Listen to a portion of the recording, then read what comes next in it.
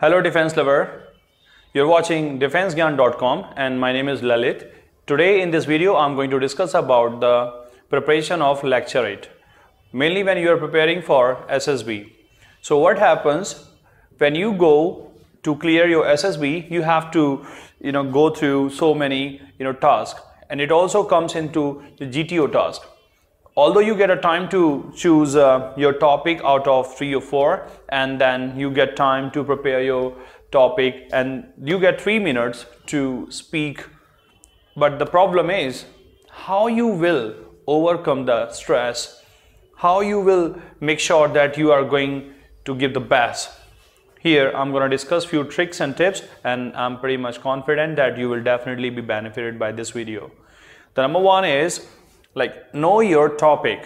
So when you have a cards, you have to choose the one which you think easily you can speak about, and don't be too much complicated while you are elaborating the topic, because sometimes people they try to put heavy words, complicated grammar, and at the end of the day what happens, they neither speak what they wanted to speak nor they can impress as well.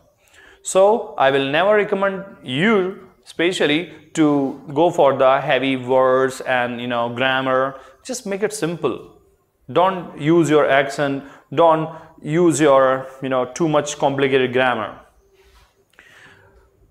And then structure your points logically. When you have a time to prepare your points, so you have to firstly start with the title of the topic. Like if your topic is to discuss about Indo-Pak relationship, or to speak about Indo-China, so you have to be quite loud, audible. I'm not asking you to scream, I'm not asking you to murmur, but you have to be audible enough so that the panel and the rest of the guys can listen to you.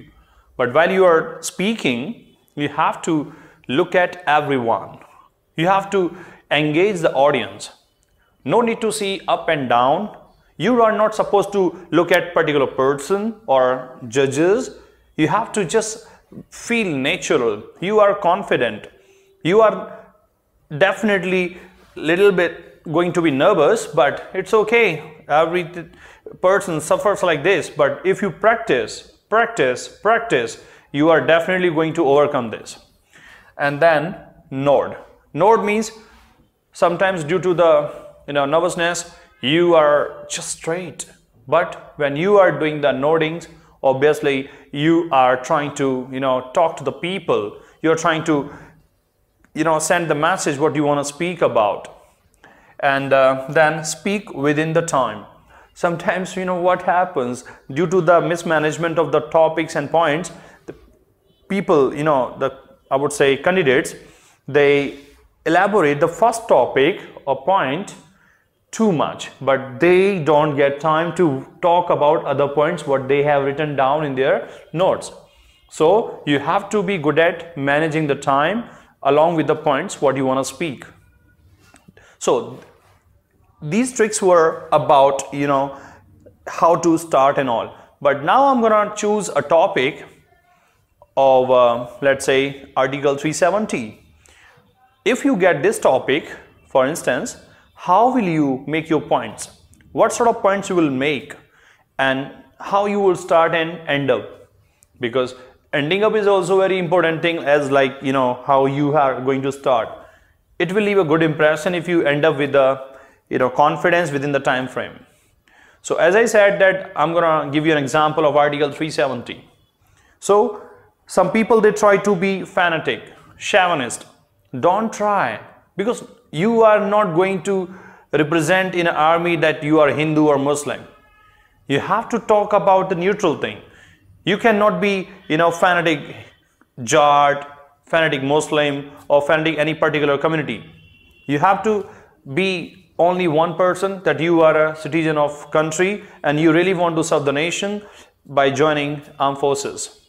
So what you should have in your mind while you are speaking, that make sure that you are not going to be against of any community or any individual. You have to speak the thing what is going to be liked by everyone, including the students, those who are sitting like participants and judges.